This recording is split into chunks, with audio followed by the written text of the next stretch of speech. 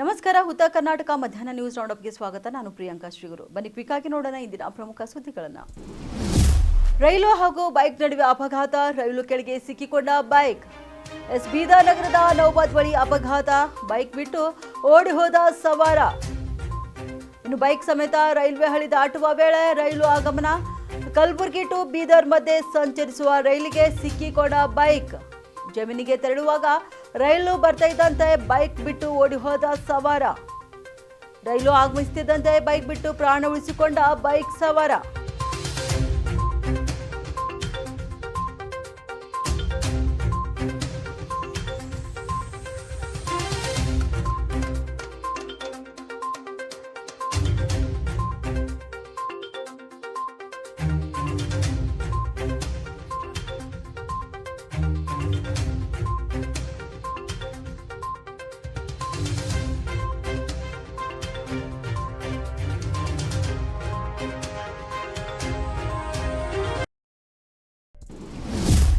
ಬೀದರ್ ನಗರಸಭೆಯಿಂದ ವಿದ್ಯುತ್ ಚಿತ್ರಗಾರ ನಿರ್ಮಿಸದೆ 50 ಲಕ್ಷ ಹಣ ಲೂಟಿ ಹೊಡೆಯಲಾಗಿದೆ ಎಂಬ ನಗರಸಭೆ ಸದಸ್ಯ ಶಶಿ ಹೊಸಳ್ಳಿ ಆರೋಪವನ್ನು ನಗರಸಭೆಯ ಅಧ್ಯಕ್ಷ ಮಹಮ್ಮದ್ ಗೌಸ್ ಅವರು ಅಲ್ಲಗಳೆದಿದ್ದಾರೆ. ಶಶಿ ಹೊಸಳ್ಳಿ ಆರೋಪದ ವಿಚಾರವಾಗಿ ಬೀದರ್ ಜಿಲ್ಲಾ ಪತ್ರಿಕಾ ಭವನದಲ್ಲಿ ಪತ್ರಿಕಾಗೋಷ್ಠಿ ನಡೆಸಿ ಮಾತನಾಡಿದ ಅವರು, ಶಶಿ ಹೊಸಳ್ಳಿ ಅವರು ಸುಳ್ಳು ಆರೋಪಗಳನ್ನು ಮಾಡಿ ಬೀದರ್ ಜನತೆಗೆ ತಪ್ಪು ಸಂದೇಶ ನೀಡಲು ಹೊರಟಿದ್ದಾರೆ. ನಗರದ ಬಿಯುಬಿ ಕಾಲೇಜ್ ಎದುರುಗಡೆ ಇರುವಂತಹ ಸ್ಮಶಾನದಲ್ಲಿ ವಿದ್ಯುತ್ ಚಾಲಿತ ಚಿತ್ರಗಾರ ನಿರ್ಮಾಣಕ್ಕೆ ಬಿಜೆಪಿ ಸರ್ಕಾರದ ಅವಧಿಯಲ್ಲಿಯೇ ಆಕ್ಷನ್ ಪ್ಲಾನ್ ರೆಡಿ ಮಾಡಿದ್ದು, ಟೆಂಡರ್ ಕೂಡ ಆ ಅವಧಿಯಲ್ಲಿಯೇ ಮುಗಿದೋಗಿದೆ. ಇನ್ನು ಚಿತ್ರಗಾರ ಬಂದೇ ಇಲ್ಲ ಎಂದು ಆರೋಪ ಮಾಡಿದ್ದಾರೆ. ಆದರೆ ವಿದ್ಯುತ್ ಚಾಲಿತ ಚಿತ್ರಗಾರ ಬಂದು 1 ವರ್ಷವೇ ಕಳೆದೋಗಿದೆ. ನಾಸಿರ್ ಖಾನ್ ಅವರು ಪೌರಾಡಳಿತ ಸಚಿವ ರಹೀಂ ಖಾನ್ ಅವರ ಸಂಬಂಧಿ ಎಂದು ಸುಳ್ಳು ಆರೋಪವನ್ನು ಕೂಡ ಮಾಡಿದ್ದಾರೆ. ಆದರೆ ನಾಸಿರ್ ಖಾನ್ ಹಾಗೂ ರಹೀಂ ಖಾನ್ ಅವರಿಗೂ ಯಾವುದೇ ರೀತಿಯ ಸಂಬಂಧವಿಲ್ಲ. ಅವರಿಗೆ ಟೆಂಡರ್ ನೀಡಿದ ಸಮಯದಲ್ಲಿ ರಾಜ್ಯದಲ್ಲಿ ಬಿಜೆಪಿ ಸರ್ಕಾರವೇ ಆಡಳಿತದಲ್ಲಿತ್ತು.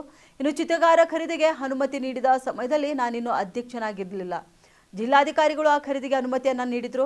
ಆ ಮಷಿನ್ ಖರೀದಿ ಆದ ಹಿನ್ನೆಲೆ ನಮ್ಮ ಆಡಳಿತ ಅವಧಿಯಲ್ಲಿ ಹಣ ಬಿಡುಗಡೆ ಅನುಮತಿ ನೀಡಲಾಗಿದೆ. ಇನ್ನು ಭೂಮರೆಡ್ಡಿ ಕಾಲೇಜಿನ ಎದುರುಗಡೆ ಇರುವಂತಹ ರುದ್ರಭೂಮಿಯಲ್ಲಿ ಮಷಿನ್ ಇಡಲು ಸುರಕ್ಷಿತ ಸ್ಥಳವಿಲ್ಲದ ಕಾರಣ ಅದನ್ನು ಮಹಾನಗರ ಪಾಲಿಕೆ ಎಸ್ಟಿಪಿಯಲ್ಲಿ ಇರಿಸಲಾಗಿದೆ. ಆದಷ್ಟು ಬೇಗ ರುದ್ರಭೂಮಿಯಲ್ಲಿ ಶೆಡ್ ನಿರ್ಮಿಸಿ ಎಸ್ಟಿಪಿಯಲ್ಲಿ ಇರುವಂತಹ ಚಿತ್ರಗಾರವನ್ನು ಸ್ಥಳಾಂತರಿಸಲಾಗುವುದು ಎಂದು ತಿಳಿಸಿದ್ದಾರೆ. परसों हमारे शेषी उसरल्ली साहब एक स्टेटमेंट दिए थे कि जो बिल्कुल झूठे आरोप लगाकर जो मैसेज बीदर की जनता को देने जा रहे हैं, बिल्कुल गलत बात है। वो कैरेटम जो कि एक शमशान है भीमरेड्डी कॉलेज के सामने, और वहाँ पर एक एक्शन प्लान बनाकर बीजेपी गवर्नमेंट में 2021 में एक एक्शन प्लान के टेंडर करे। 28/2/2023 को टेंडर हुआ और उसकी सप्लाई 17/2/2024 को वो सप्लाई हुई और उसका 2024 में पेमेंट हुआ। और उन्होंने आरोप लगा रहे हैं कि यह मशीनरी आई नहीं, जबकि वो मशीनरी ऑलरेडी आपको यहाँ से ले जाके हम विज़िट कराएंगे। वो मशीनरी आके कितने दिन हुआ आप देख सकते हैं, आपके माध्यम से आप मशीनरी देखिए। और उन्होंने एक छोटा सा एक बात बताया मिनिस्टर साहब के ऊपर कि मिनिस्टर साहब के भाई है बोल, वो सरासर झूठ है। नासिर खान का और मिनिस्टर साहब का कोई रिलेशन नहीं। नासिर खान क्लास 1 कॉन्ट्रैक्टर है, और जब टेंडर हुआ बीजेपी गवर्नमेंट थी, आपके माध्यम से ये मैसेज जाना चाहिए। और जबकि आरोप लगा रहे हैं, जबकि इन्हें डीसी अप्रूवल दिया सो है। मैं अध्यक्ष नहीं था 2021 में, अध्यक्ष डीसी थे वहाँ पर। उन्होंने एडमिनिस्ट्रेटर अप्रूवल देके डीसी साहब अप्रूवल दिए, टेंडर हुआ और वो पेमेंट देखो भाई, अब कोई चीज़ सप्लाई करने के बाद पेमेंट तो होना ही रहता है। और आपके माध्यम से मालूम होना पड़ता है कि खाली अध्यक्ष का काम अप्रूवल हुए तक रहता है, not is payment is third party commissioner, वो वहाँ से पेमेंट होता है। और इसका थर्ड पार्टी भी है। थर्ड पार्टी रहने के बाद उन्होंने क्या करे, मशीन रखे एक जगह, बता रही एक जगह। ऑलरेडी उन्होंने जाके 2 दिन पहले मशीन देख के आए थे, मगर पूरी बिदर की जनता को झूठ मैसेज देने के लिए और आरोप लगाने के लिए उन्होंने काम किया। उधर इसलिए नहीं रखे सर, वो ओपन में है, वहाँ पर शट उड नहीं है और सिक्योरिटी नहीं रहती बोल के उधर रखे हमारी कस्टडी। ಬಸವಕಲ್ಯಾಣ ಉಪವಿಭಾಗದ ಸಹಾಯಕ ಆಯುಕ್ತ ಮುಕುಲ್ ಜೈನ್ ವರ್ಗಾವಣೆಯಾಗಿದ್ದು, ಬೀದರ್ ಮಹಾನಗರ ಪಾಲಿಕೆ ಆಯುಕ್ತರಾಗಿ ಮುಕುಲ್ ಜೈನ್ ಅವರನ್ನು ನೇಮಕ ಮಾಡಿ ಆದೇಶ ಹೊರಡಿಸಲಾಗಿದೆ. 1 ತಿಂಗಳ ಹಿಂದೆಯಷ್ಟೇ ಬೀದರ್ ಮಹಾನಗರ ಪಾಲಿಕೆ ಪ್ರಭಾರಿ ಆಯುಕ್ತರಾಗಿ ಪ್ರೊಬೇಷನರಿ IAS ಅಧಿಕಾರಿ ರಮ್ಯಾ ರಂಗಸ್ವಾಮಿ ಅವರು ಅಧಿಕಾರ ವಹಿಸಿಕೊಂಡಿದ್ದರು. ಆದರೆ ನಿನ್ನೆ ಬಸವಕಲ್ಯಾಣ ಉಪವಿಭಾಗದ ಸಹಾಯಕ ಆಯುಕ್ತರಾಗಿದ್ದ ಮುಕುಲ್ ಜೈನ್ ಅವರನ್ನು ಈ ಸ್ಥಳಕ್ಕೆ ವರ್ಗಾವಣೆಗೊಳಿಸಿ ಆದೇಶ ಹೊರಡಿಸಲಾಗಿದೆ. 3 ದಿನಗಳ ಹಿಂದಷ್ಟೇ ಮಾಧ್ಯಮದ ಪ್ರತಿನಿಧಿಗಳು ಪಾಲಿಕೆಯಲ್ಲಿನ ಹಲವು ಸಮಸ್ಯೆಗಳ ಬಗ್ಗೆ ಉಸ್ತುವಾರಿ ಸಚಿವ ಈಶ್ವರ್ ಖಂಡ್ರೆ ಅವರ ಗಮನಕ್ಕೆ ತಂದ ಹಿನ್ನೆಲೆ ಉಸ್ತುವಾರಿ ಸಚಿವ ಈಶ್ವರ್ ಖಂಡ್ರೆ ಅವರ ವಿಶೇಷ ಮುತುವರ್ಜಿ ವಹಿಸಿ ಪಾಲಿಕೆಗೆ ನೂತನ ಹಾಗೂ ಖಡಕ್ ಅಧಿಕಾರಿ ಮುಕುಲ್ ಜೈನ್ ಅವರನ್ನು ನೇಮಕ ಮಾಡಿರುವ ಬಗ್ಗೆ ತಿಳಿದು ಬಂದಿದೆ. ನಿನ್ನೆ ಮಧ್ಯಾಹ್ನ ಮುಕುಲ್ ಜೈನ್ ಅವರು ಮಹಾನಗರ ಪಾಲಿಕೆಯ 2ನೇ ಆಯುಕ್ತರಾಗಿ ಅಧಿಕಾರ ವಹಿಸಿಕೊಂಡಿದ್ದಾರೆ. ರಾಜ್ಯದಲ್ಲಿ ಮಕ್ಕಳ ಕ್ಷೇತ್ರದಲ್ಲಿ ಸೇವೆ ಸಲ್ಲಿಸುತ್ತಿರುವ ಬೀದರ್ ಜಿಲ್ಲೆಯ ಭಾಲ್ಕಿ ತಾಲೂಕಿನ ಶಶಿಧರ್ ಕೋಸಂಬೆ ಅವರನ್ನು ರಾಜ್ಯ ಮಕ್ಕಳ ರಕ್ಷಣಾ ಆಯೋಗದ ಹಂಗಾಮಿ ಅಧ್ಯಕ್ಷರನ್ನಾಗಿ ನೇಮಕ ಮಾಡಲಾಗಿದೆ. ಪ್ರಸ್ತುತ ಅಧ್ಯಕ್ಷ ಕೆ ನಾಗಣ್ಣಗೌಡ ಅವರ ಅಧಿಕಾರಾವಧಿ ಪೂರ್ಣಗೊಂಡ ಹಿನ್ನೆಲೆಯಲ್ಲಿ ಅಕ್ಟೋಬರ್ 20ರಿಂದ ಅನ್ವಯವಾಗುವಂತೆ ಪ್ರಸ್ತುತ ಖಾಲಿ ಇರುವ ಅಧ್ಯಕ್ಷ ಸ್ಥಾನಕ್ಕೆ ತಕ್ಷಣದಿಂದಲೇ ಜಾರಿಗೆ ಬರುವಂತೆ ಮುಂದಿನ ಆದೇಶದವರೆಗೆ ಶಶಿಧರ್ ಕೋಸಂಬೆ ಅವರನ್ನು ರಾಜ್ಯಪಾಲರ ಆದೇಶಾನುಸಾರ ಮಹಿಳಾ ಮತ್ತು ಮಕ್ಕಳ ಅಭಿವೃದ್ಧಿ ಇಲಾಖೆಯ ಸರ್ಕಾರದ ಅಧೀನ ಕಾರ್ಯದರ್ಶಿ ಉಮಾದೇವಿ ನೇಮಕ ಮಾಡಿ ಅಧಿಸೂಚನೆ ಹೊರಡಿಸಿದ್ದಾರೆ. ಭಾಲ್ಕಿ ಪಟ್ಟಣದ ಬಸ್ ಡಿಪೋ ಹಾಗೂ ಬಸ್ ನಿಲ್ದಾಣಗಳಿಗೆ ಕೆಕೆಆರ್ಟಿಸಿ ನಿಗಮದ ಅಧ್ಯಕ್ಷ ಅರುಣ್ ಕುಮಾರ್ ಎಂವೈ ಪಾಟೀಲ್ ಅವರು ಭೇಟಿ ನೀಡಿ ವ್ಯವಸ್ಥೆಗಳನ್ನು ಪರಿಶೀಲನೆ ನಡೆಸಿದ್ದಾರೆ. ಬಳಿಕ ಮಾತನಾಡಿದ ಅವರು ಬಸ್ ಘಟಕ ಹಾಗೂ ಬಸ್ ನಿಲ್ದಾಣ ವೀಕ್ಷಣೆ ಮಾಡಿದ್ದೇನೆ. ಬಸ್ ನಿಲ್ದಾಣದಲ್ಲಿ ಸ್ವಚ್ಛತೆಗೆ ಆದ್ಯತೆ ನೀಡಬೇಕಾಗಿದೆ ಮತ್ತು ಆಸನಗಳ ವ್ಯವಸ್ಥೆ ಕೂಡ ಮಾಡುವಂತೆ ತಿಳಿಸಿದ್ದೇನೆ. ಇನ್ನು ಒಗ್ಗಟ್ಟಿನ ಸಿಬ್ಬಂದಿಗಳ ಕಾರ್ಯ ಮೆಚ್ಚುವಂಥದ್ದು. ಅದರಂತೆ ಶತಾಯುಷಿಗಳಾದ ಭೀಮಣ್ಣ ಖಂಡ್ರವರು ನಿರ್ಮಿಸಿರುವ ಭಾಲ್ಕಿ ಬಸ್ ಘಟಕ ಸ್ಥಾಪನೆಯಾಗಿ 31 ವರ್ಷ ಕಳೆದರೂ ಇನ್ನೂ ಒಳ್ಳೆಯ ರೀತಿಯಲ್ಲಿ ಕಂಡುಬರುತ್ತೆ. ಸುಗಮ ಸಾರಿಗೆ ಸೇವೆಯ ನಡುವೆ ಸಮಸ್ಯೆಗಳು ಕಾಣಿಸಿಕೊಂಡಿದ್ದು, ಸಮಸ್ಯೆಗಳನ್ನು ಸರಿಪಡಿಸಿಕೊಳ್ಳಲು ಸಂಬಂಧಪಟ್ಟ ಘಟಕ ವ್ಯವಸ್ಥಾಪಕರಿಗೆ ಹಾಗೂ ಸಿಬ್ಬಂದಿಗಳಿಗೆ ಸೂಚಿಸಿದ್ದೇನೆ ಎಂದು ತಿಳಿಸಿದ್ದಾರೆ. ಇನ್ನು ನಮ್ಮ ಕಡೆಯಿಂದ ಬೇಕಾದ ಸಹಾಯ ಸೌಲಭ್ಯಗಳನ್ನು ಪಡೆಯಲು ಮುಕ್ತವಾಗಿ ತಿಳಿಸಿದರೆ ಖಂಡಿತವಾಗಿಯೂ ಸಹಾಯ ಮಾಡುವುದಲ್ಲದೆ ಸುಗಮ ಸಾರಿಗೆ ಜನರ ಊರಿಗೆ ಎನ್ನುವ ಧ್ಯೇಯ ವಾಕ್ಯವನ್ನು ಸಫಲಗೊಳಿಸುತ್ತೇವೆ ಎಂದು ನುಡಿದಿದ್ದಾರೆ. ಈ ಸಂದರ್ಭದಲ್ಲಿ ಗ್ಯಾರಂಟಿ ಅನುಷ್ಠಾನದ ತಾಲೂಕಾ ಅಧ್ಯಕ್ಷ ಹನುಮಂತ್ ಚೌಹಾಣ್, ಪುರಸಭೆ ಅಧ್ಯಕ್ಷ ಶಶಿಕಲಾ ಅಶೋಕ್, ಉಪಾಧ್ಯಕ್ಷ ವಿಜಯಕುಮಾರ್ ರಾಜಭವನ, ಸದಸ್ಯರಾದ ಬಸವರಾಜ್ ವಂಕೆ, ಉಪಮುಖ್ಯ ಸಂಚಾರ ವ್ಯವಸ್ಥಾಪಕ ಗಂಗಾಧರ್, ವಿಭಾಗೀಯ ನಿಯಂತ್ರಣಾಧಿಕಾರಿ ರಾಜೇಂದ್ರ ಜಾಧವ್, ವಿಭಾಗೀಯ ಸಂಚಾರ ಅಧಿಕಾರಿ ಇಂದ್ರಸೇನ್ ಬಿರಾದಾರ್, ವಿಭಾಗೀಯ ತಾಂತ್ರಿಕ ಶಿಲ್ಪಿ ಮಂಜುನಾಥ್, ವಿಭಾಗೀಯ ಭದ್ರತಾ ಅಧೀಕ್ಷಕರು ಸಂಜೀವ್ ಕುಮಾರ್, ಕಿರಿಯ ಅಭಿಯಂತರರು ಶ್ರೀಕಾಂತ್ ಪತ್ತರ್, ಘಟಕ ವ್ಯವಸ್ಥಾಪಕ ಭದ್ರಪ್ಪ ಹುಡುಗೆ ಉಪಸ್ಥಿತರಿದ್ದರು. ನಾನು ಪ್ರಥಮವಾಗಿ ಬಸ್ ಸ್ಟ್ಯಾಂಡ್ಗೆ ವಿಸಿಟ್ ಮಾಡಿದೆ. ಅಲ್ಲಿ ಬಸ್ ಸ್ಟ್ಯಾಂಡಲ್ಲಿ ಆಲ್ಮೋಸ್ಟ್ ಎಲ್ಲ ಚೆನ್ನಾಗಿದೆ, ಆದರೆ ಸ್ವಲ್ಪ ಜನಸಂಖ್ಯೆ ಹೆಚ್ಚಾಗಿರೋದ್ರಿಂದ ಸ್ವಲ್ಪ ಚಿಕ್ಕದಾಗಿದೆ ಬಸ್ ಸ್ಟ್ಯಾಂಡು. ಆದರೆ ಒಳ್ಳೆ ಸುಮಾರು ಬಸ್ಗಳನ್ನು ಓಡಾಡ್ತಾ ಇದೆ. ಮತ್ತು ಬಸ್ ಸ್ಟ್ಯಾಂಡಿಗೂ ಕೂಡ ಸ್ವಲ್ಪ ಕುದುರುವಂಥ ಚೇರ್ಗಳನ್ನು ಇನ್ನೂ ಜಾಸ್ತಿ ಮಾಡಿರಿ ಅಂತ ಹೇಳಿದ್ವಿ. ಇನ್ನೂ ಇಷ್ಟು ನೀಟ್ನೆಸ್ ಇರಲಿ, ಇನ್ನೂ ಇಷ್ಟು ಸ್ವಚ್ಛತೆಯನ್ನು ಇರಲಿ ಅಂತ ಹೇಳಿದ್ದು. ಮತ್ತು ಪ್ರಮುಖವಾಗಿ ಪಕ್ಕಕ್ಕೆ ಒಂದು ನಮ್ಮ ಅಗ್ರಿಕಲ್ಚರ್ ಡಿಪಾರ್ಟ್ಮೆಂಟ್ ಅವರ ಒಂದು ಜಮೀನಿದೆ. ಅದನ್ನು ಈಗಾಗಲೇ ನಮ್ಮ ಮಂತ್ರಿಗಳಾಗಿರುವ ಮಾನ್ಯ ಈಶ್ವರ್ ಖಂಡ್ರೆ ಸಾಹೇಬರು ಕೂಡ ಅದರ ಒಂದು ನಮ್ಮ KSRTC ಕಲ್ಯಾಣ ಕರ್ನಾಟಕ ರಸ್ತೆ ಸಾರಿಗೆ ಸಂಸ್ಥೆಗೆ ಆ ಜಮೀನನ್ನು ಹಸ್ತಾಂತರಿಸಬೇಕು ಅಂತ ಹೇಳಿ ಅವರು ಈಗಾಗಲೇ. ಕೆಂಬಾವಿಯಲ್ಲಿ ನಡೀತಿದೆ ಆರ್ಎಸ್ಎಸ್ ಪರೇಡ್ಗೆ ಖಾಕಿ ಸರ್ಪಗಾವಲು. ಇನ್ನು ಶಾಂತಿಯುತವಾಗಿ ಪರೇಡ್ ನಡೆಸಲು ಪೊಲೀಸರ ಕಟ್ಟೆಚ್ಚರ. ಯಾದಗಿರಿ ಜಿಲ್ಲೆಯ ಸುರಪುರ ತಾಲೂಕಿನ ಕೆಂಬಾವಿ ಪಟ್ಟಣದಲ್ಲಿ ನಡೀತಿದೆ ಆರ್ಎಸ್ಎಸ್ ಪಥ ಸಂಚಲನ. ಇನ್ನು ಪರೇಡ್ಗೆ 300ಕ್ಕೂ ಹೆಚ್ಚು ಪೊಲೀಸರ ಭದ್ರತೆಗೆ ನಿಯೋಜನೆ ಮಾಡಲಾಗಿದೆ. ಇನ್ನು ಈ ಪರೇಡ್ಗೆ SP ಒಬ್ಬರು, ASP ಒಬ್ಬರು, DYSP 3, CPI 8, PSI 26, ASI 19, HCPC 147, DR ತುಕಡಿ ಸೇರಿ 5, KSRP ತುಕಡಿ ಸೇರಿ 2 ಸೇರಿದಂತೆ 300ಕ್ಕೂ ಹೆಚ್ಚು ಪೊಲೀಸರ ನಿಯೋಜನೆ ಮಾಡಲಾಗಿದೆ. ಪಥಸಂಚಲನ ಮೇಲೆ ಪೊಲೀಸ್ ಇಲಾಖೆಯ ಡ್ರೋನ್ ಕ್ಯಾಮೆರಾ ಕೂಡ ನಿಗಾ ವಹಿಸಿ ಪರೇಡ್ ಮೇಲೆ 7 ಜನರ ವಿಡಿಯೋಗ್ರಫಿ ತಂಡ ಕೂಡ ನಿಯೋಜನೆಯನ್ನ ಮಾಡಲಾಗಿದೆ. ಬಡ ಹಾಗೂ ಮಧ್ಯಮ ವರ್ಗದವರಿಗೆ ಸರ್ಕಾರಿ ಆಸ್ಪತ್ರೆಯಲ್ಲಿ ವಿವಿಧ ಸೌಲಭ್ಯದ ಅನುಕೂಲಕ್ಕಾಗಿ 100 ಹಾಸಿಗೆ ವ್ಯವಸ್ಥೆಯನ್ನು ಮಾಡಲು ಅಧಿಕಾರಿಗಳ ಜೊತೆ ಚರ್ಚಿಸಿದ್ದೇನೆ ಎಂದು ಶಾಸಕ ಲಕ್ಷ್ಮಣ ಸವದಿ ಹೇಳಿಕೊಂಡಿದ್ದಾರೆ. ಅಥಣಿ ಪಟ್ಟಣದಲ್ಲಿ ಸೋಮವಾರ 50 ಹಾಸಿಗೆ ತಾಯಿ ಮತ್ತು ಮಕ್ಕಳ ಆಸ್ಪತ್ರೆಯ ಭೂಮಿ ಪೂಜಾ ಹಾಗೂ ಶಂಕುಸ್ಥಾಪನೆ ಸಮಾರಂಭದ ಅಡಿಗಲ್ಲು ಪೂಜೆ ನೆರವೇರಿಸಿ ಮಾತನಾಡಿದ ಅವರು, ಈ ಕಟ್ಟಡವನ್ನು 14 ತಿಂಗಳಲ್ಲಿ ಪೂರ್ಣಗೊಳಿಸುತ್ತೇವೆ ಎಂದು ತಿಳಿಸಿದ್ದಾರೆ. 9 ಗ್ರಾಮೀಣ ಪ್ರದೇಶಗಳಲ್ಲಿ ಗರ್ಭಿಣಿಯರಿಗೆ ಒಂದು ತಪಾಸಣೆ ಕೇಂದ್ರ ತೆರೆದು ಅಲ್ಲಿ ಪ್ರಾಥಮಿಕ ಚಿಕಿತ್ಸೆ ಮಾಡಿ ಈ ಆಸ್ಪತ್ರೆಗೆ ತಂದು ದಾಖಲಿಸುವ ವ್ಯವಸ್ಥೆ ಮಾಡಲಾಗುತ್ತೆ. ಇನ್ನು ಶಿನಾಳ ಗ್ರಾಮದಲ್ಲಿ 300 ಕೋಟಿ 20 ಲಕ್ಷ ರೂಪಾಯಿಗಳ ಪ್ರಥಮ ಆರೋಗ್ಯ ಕೇಂದ್ರ ನಿರ್ಮಾಣ ಮಾಡಲಿದ್ದೇನೆ ಎಂದು ತಿಳಿಸಿದ್ದಾರೆ. ಈ ಸಮಯದಲ್ಲಿ ಶಾಸಕ ರಾಜು ಕಾಗೆ, ಕೌಲಗುಡ ಅಮರೇಶ್ವರ್ ಮಹಾರಾಜರು, THO ಬಸಗೌಡ ಕಾಗೆ ಸೇರಿದಂತೆ ಅನೇಕ ಅಧಿಕಾರಿಗಳು ಉಪಸ್ಥಿತರಿದ್ದರು. ಬಹುದಿನಗಳಿಂದ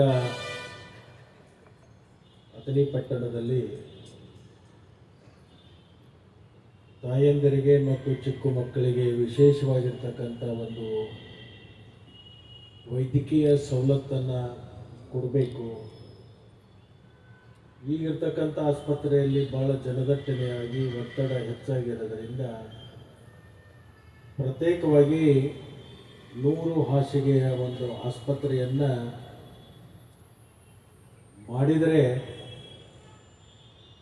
ಅಥಣಿ ತಾಲೂಕದಲ್ಲಿರ್ತಕ್ಕಂಥ ಎಲ್ಲ ಮಧ್ಯಮ ವರ್ಗದವರಿಗೆ ಮತ್ತು ಬಡ ಹೆಣ್ಣು ಮಕ್ಕಳಿಗೆ ಇದರಿಂದ ಬಹಳ ದೊಡ್ಡ ಸಹಾಯ ಆಗ್ತಿದೆ ಅಂತಕ್ಕಂಥ ಕಲ್ಪನೆಯನ್ನು ನಾವು ನಮ್ಮ ಅಧಿಕಾರಿಗಳು ಇಟ್ಕೊಂಡು ಸುಮಾರು 30 ಕೋಟಿ ರೂಪಾಯಿ ವೆಚ್ಚದಲ್ಲಿ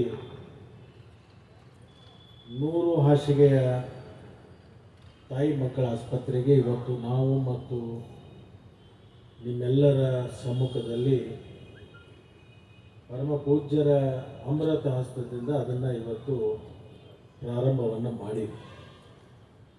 ಇದನ್ನು ಸುಮಾರು 12ರಿಂದ 14 ತಿಂಗಳಲ್ಲಿ ಪೂರ್ಣ ಮಾಡಿ ಅದನ್ನು ಉದ್ಘಾಟನೆ ಮಾಡುವಂಥ ಕೆಲಸವನ್ನು ಕೂಡ ನೀವು ಕೂಡಿ ಮಾಡೋಣ ಅಂತಕ್ಕಂಥ ಮಾತನ್ನು ಈ ವರ್ಷದ ಕಬ್ಬಿನ ಬೆಲೆಯನ್ನು ಪ್ರತಿ ಟನ್ಗೆ 3,751 ರೂಪಾಯಿ ಎಂದು ಘೋಷಿಸಿ ಕಾರ್ಖಾನೆಯನ್ನು ಪ್ರಾರಂಭಿಸಬೇಕೆಂದು ರೈತ ನಾಯಕ ಸುರೇಶ್ ಚೌಗಲೆ ಹೇಳಿದ್ದಾರೆ. ಸೋಮವಾರ ಮಧ್ಯಾಹ್ನ ಸುಮಾರಿಗೆ ಕಾಗವಾಡದ ಚೆನ್ನಮ್ಮ ವೃತ್ತದಲ್ಲಿ ಸ್ವಾಭಿಮಾನಿ ರೈತ ಸಂಘಟನೆ ಮತ್ತು ಕಬ್ಬು ಬೆಳೆಗಾರರಿಂದ ಕಾಗವಾಡ ಮತ್ತು ಮೀರಜ ರಾಷ್ಟ್ರೀಯ ಹೆದ್ದಾರಿ ಬಂದ್ ಮಾಡಿ ಪ್ರತಿಭಟನೆಯನ್ನು ನಡೆಸಿದ್ದಾರೆ. ಇನ್ನು ಸ್ಥಳಕ್ಕೆ ಆಗಮಿಸಿದ ತಹಶೀಲ್ದಾರ್ ರವೀಂದ್ರ ಹಾದಿಮನಿ ಪ್ರತಿಭಟನೆಕಾರರ ಮನವಿಯನ್ನು ಸ್ವೀಕರಿಸಿ ಮೇಲಾಧಿಕಾರಿಗಳಿಗೆ ತಿಳಿಸಲಾಗುವುದು ಎಂದು ತಿಳಿಸಿದ್ದಾರೆ. ಈ ಸಮಯದಲ್ಲಿ ಪಿಎಸ್ಐ ರಾಘವೇಂದ್ರ, ಯುವ ನಾಯಕ ಶೀತಲ್ ಪಾಟೀಲ್, ನಿವೃತ್ತ ಶಿಕ್ಷಕಿ ಎಂಬಿ ಉದ್ಗಾವೋ, ವಕೀಲ್ ರಾಹುಲ್ ಕಟ್ಗೇರಿ, ಪೊಲೀಸ್ ಪಾಟೀಲ್, ಕಾಕಾಸಾಬ್ ಪಾಟೀಲ್, ಡಾಕ್ಟರ್ ಅಮೋಲ್ ಸ್ಪರ್ಧೆ, ಸಿದ್ದು ಒಡೆಯರ್, ರಾಜು ಪಾಟೀಲ್ ಸೇರಿದಂತೆ ಅನೇಕರು ಉಪಸ್ಥಿತರಿದ್ದರು. ಕರ್ನಾಟಕ ರಾಜ್ಯ ರೈತ ಸಂಘಕ್ಕೆ, ಕರ್ನಾಟಕ ರಾಜ್ಯ ರೈತ ಸಂಘಕ್ಕೆ ಈಗಾಗಲೇ ರಾಜ್ಯಾದ್ಯಂತ ಕಬ್ಬು ಬೆಳೆಗಾರರ ಹೋರಾಟ ಪ್ರಾರಂಭವಾಗಿದೆ. ವಿಶೇಷತವಾಗಿ ಈ ಕಬ್ಬಿನ ಹೋರಾಟದ ಕಿಚ್ಚ ಗುರ್ಲಾಪುರ ಕ್ರಾಸಿಂದ ಪ್ರಾರಂಭವಾಗಿದೆ. ನಾವೆಲ್ಲ ರೈತ ಬಾಂಧವರು ಸುಮಾರು 20-25 ವರ್ಷದಿಂದ ಹೋರಾಟ ಮಾಡ್ಕೋತ ಹಂಗೆ ಬಂದಿದ್ದೀವಿ.